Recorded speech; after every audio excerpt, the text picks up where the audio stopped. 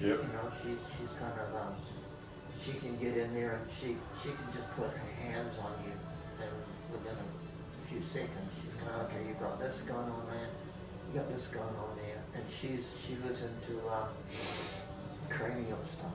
Okay, cranial sacral or something. Yeah, and she was kind of like that too, but not that much. And she always struck me as kind of having this kind of, I don't mean to sound critical, but this kind of vibe that it seemed to me that would be limiting for her in her approach with people, where she was kind of like controlling. Oh, okay, yeah. It felt kind of controlling, like, you know, and I didn't trust. You know, there wasn't that trust. Whereas with you and Russell, it's just kind of like there's immediately this feeling of this guy knows what he's doing. Yeah. You know, it feels like you're about to break my finger. Yeah. But I know you're not. Yeah. And so I'm, you know, even though it's excruciatingly uncomfortable. Yeah. It's like I trust you. Yeah. So I'm cool with it. Yeah. Know, so I'm just gonna deal with it. Yeah. Yeah. You know, but with other people, it's kind of like this guy's probably gonna hurt me, so I'm out of here. Right, and that's why I say sensitivity and empathy. Like, I'm just gonna see here. In one sense, yin is more important than yang in that way. Like being sensitive is more important than being, ooh, I'm going to be powerful. I'm going to, and you don't want to ever come from that vibe. I'm going to, like a lot of martial arts guys want to show how yang they are, or they want to show how tough they are. That's not going to work, with this kind of work, because first of all, you got to show that you care. Yeah. And that you love the person, in a particular form of love. It could be, brotherly, paternal, whatever. Yeah. But it's a mood, a rasa of love, and you're there to help. And actually what we're trying to do is the enemy or whatever is the tension. Yeah. So we build a bridge of trust, and let's work together, Right. What can you deal, what can you breathe? I encourage you to, whatever, deal with the most you can. Yeah. And then I'll find that limit. And then I'll expand your horizons to so that while you're still breathing, and we'll gradually work it patiently and perseveringly. And that's sort of something I really understood as I go on. And people in our society, I think, as compared to like traditional Asian society, they want quick fixes. Yeah. And I actually don't think that's smart. I think when you're talking about renovating, which I look at as renovating a human body, like we're renovating 66 years worth of wear and tear to try and give your time on this planet a longer and happier, experience, basically, right? It's not a fucking quick fix. It's not a simple thing, but people think it's magic. Whereas what I do is not fucking magic or anything like that. This is solid. It's a really comprehensive and it's like renovating a house or something, I think it's going to take some time, but you got to do the foundations first. Yeah. And this is, to me, foundations is the fingers and stuff. But so like if you present to me, oh yeah, I've had a tight shoulder for 5, 10, 20, I don't care how long, I'm going to go, well, I'm not going to just come in there and do some hocus pocus on your shoulder. I'm going to get the roots of your tension out. It's going to take some time. Yeah. How long? I don't know. Because it's not only up to me either. It's like I'm going to see how much you can work with, how much you can deal with. We're going to work at this together, Yeah. So sometimes I don't like it when people get too sort of, I don't know what the right term is about it, but like it's some magic thing or it's some, do you know what I mean? Yeah. It's not. It's really comprehensively. It's both physical and subtle too. It's very much a physical. We're getting deep into the physical body. Yeah. It's just that deeper down beneath the physical. I always like to tell people, it's just that difference between working with a living body and a dead body. And, it's just it's. Even I still, my father passed must be 2 years ago, almost 2 years ago or something. I forgot now, a year and a half. And just the difference between like feeling his head when he was alive with warmth, and then the body's cold and rigor mortis starts to set in. And never massaged a dead body, but you wouldn't loosen, you know? Even if you did, it would go tight because, you know, apparently rigor mortis stays for a few days, and then the body goes loose or something. Yeah, that's what I think too. Yeah. But, I always say dead bodies don't pay either, but, you know, that's a side point, you know? Unless you're left in their will or something, you know? So that's getting a little bit too out there and bizarre, but... But yeah, it's just, to me, it's all about how the life force inhabits the body, you know? And whether you can, it's like kind of like whether you can get that whole life force just flowing, all the channels are open, you know, whether we look at it as meridians or sen lines or nadis or whatever the Asian philosophies have, they describe these, and they're slightly different, you know? And even when I worked with this guy, an acupuncturist that trained at the Tokyo School of the Blind, he was telling me there's hidden meridians, you know? So in Japanese philosophy of meridians, there's ones that he was showing me, ones that they don't talk about, you know? Oh, really? Yeah. Oh, interesting. So everybody has different ideas about where these subtle channels are. And I studied a lot of those systems, but I decided that I gotta feel what I'm doing. So it's gotta relate to, it's not, I don't want to just blindly adopt somebody else's philosophy, even if I have respect for them, you know? I have a lot of respect for, you know, Chinese medicine practitioners, but I also realize that those different philosophies, like when you look at Chinese martial arts, especially before the Communist Revolution, they had different schools of thought. You know, you had like your white crane style, and they would maybe, if they were martial artists, they would battle, you know, have their fights and see who won or whatever. And there would be an evolution on their philosophy. And I think there needs to be an evolution with the healing arts as well, especially, I mean, I'm very fortunate in the fact that I was born at a time where I could draw upon knowledge from China, from Japan, from Thailand, from India, from Hawaii, from all the world's major traditions, and then kind of go, well, I'm going to take all of that knowledge from all these different people and then figure it out and then bring it into myself. So I'm not just an independent, I'm a product of my time. And I'm grateful for all their knowledge, you know? Because when I first started learning, I was learning Shiatsu, as you know. Yeah. And Japanese meridians and Chinese meridians are pretty much the same, right? And then I learned Chinese herbal medicine, and I was very much meridian oriented, you know, but I couldn't feel all the meridians. But then I go to Thailand, and I'm like, okay, what are sen lines? Sen lines, yeah. So the Thai term for life force, of chi, is sen.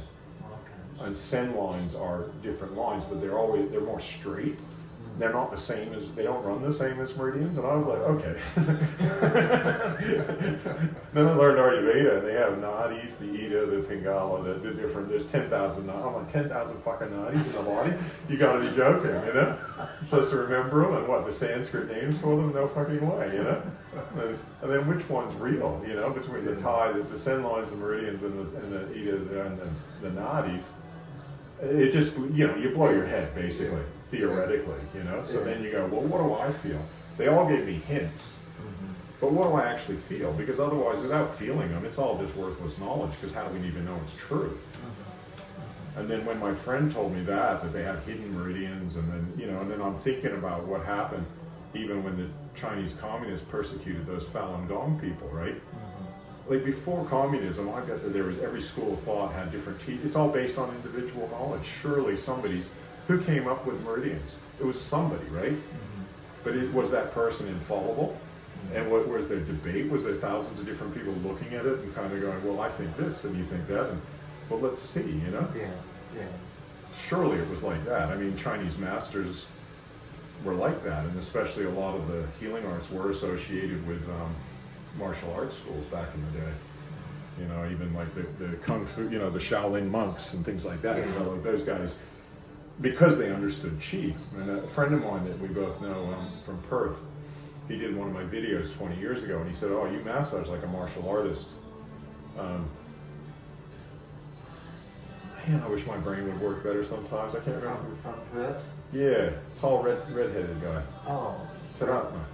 Yeah. He did a video for me. Oh, yeah. And he was saying, oh, the way you do it is like a martial artist, because a good martial artist has to be aware of Qi, right? And then I was doing different martial arts, and one of them, jiu-jitsu, said to me, he said, you know, back in the ancient days, or the old days, people actually would do healing for 20 years before they learned martial arts, because they had to actually come from a spirit of care for other people. Oh, wow. Because once you know the knowledge of another person's chi field, you know, then, okay, then, but you're, with 20 years of experience in healing, then you should be able to use self-defense for purely self-defense, not for your ego. Wow.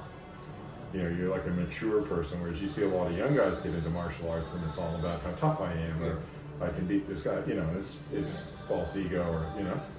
And I thought that was really interesting.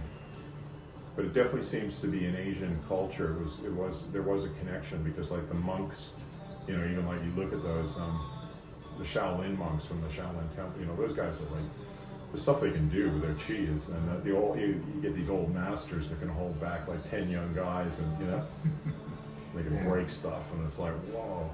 Yeah.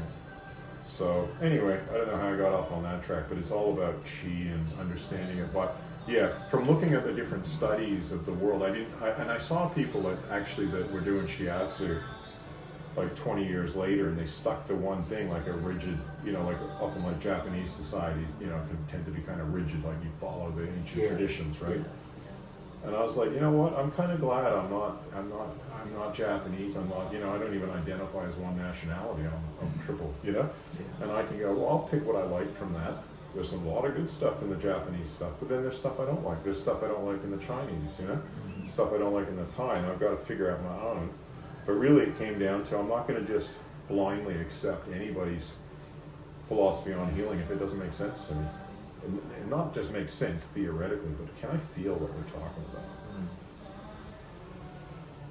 So I was fortunate to study those different things.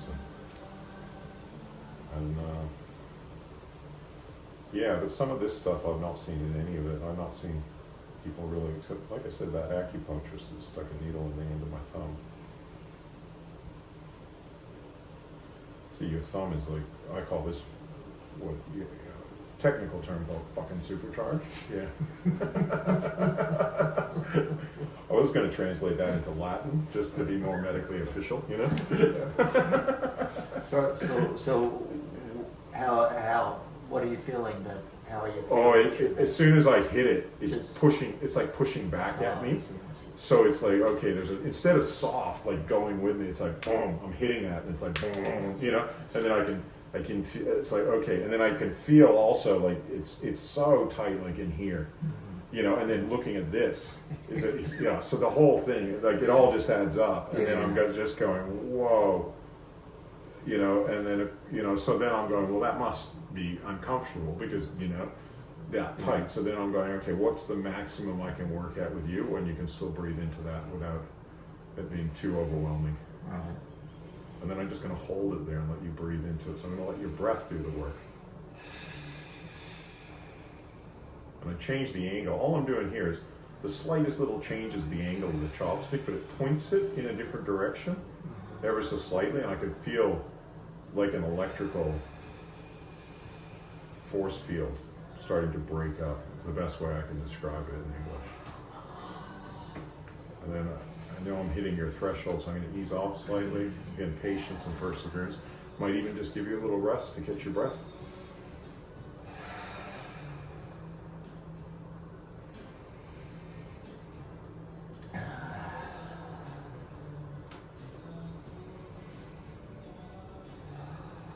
You can see the, you know, I've gotten in there, you can see the indentation there. But I know it's supercharged and it's going to need a lot more. And the whole, like, just touching here, I can, you know, this thumb's a work, this thumb's like a bit of a job, you know.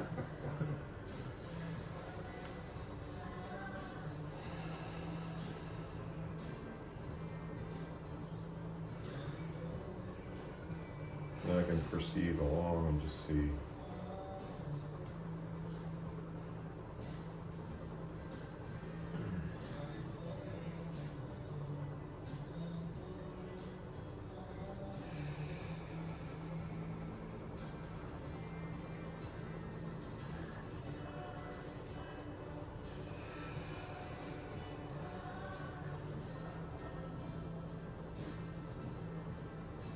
So even if I get this, I call it uncharged or decharged by 10%, 20%, then I should be able to get 10 or 20% out of these bands as we come along there that got its roots there.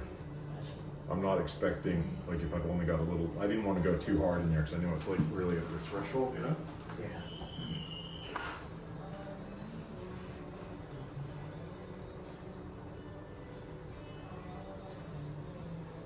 But this is also like, I'm kind of diagnosing at the same time as treating, Oh, okay. you know, so I'm going, okay, it's a bit of, this is, you know, like I'm getting a really good idea of what's going on in your thumb, you know? And then planning, okay, how long will it take me to release this, and, you know, Right.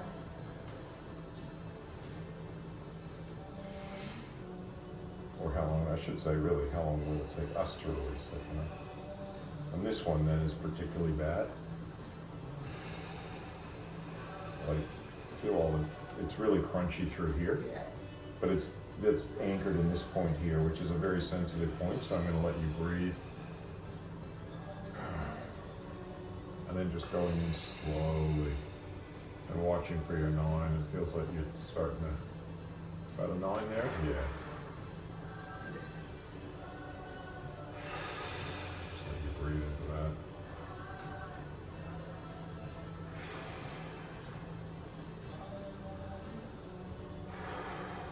And then ease off, just let you have a breath so you're not at your threshold the whole time.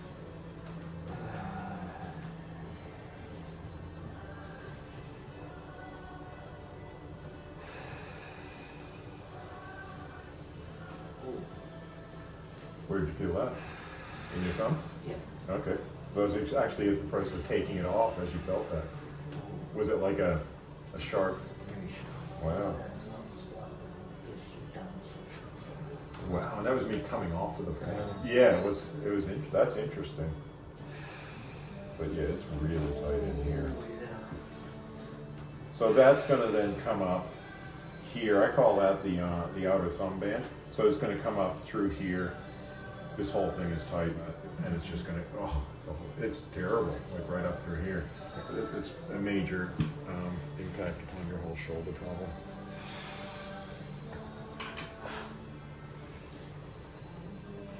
So sometimes what I do is just give the person a little rest from the intensity, but I know that this thumb's like needs some serious work. Yeah. Can I put my shirt on? Yeah, but you don't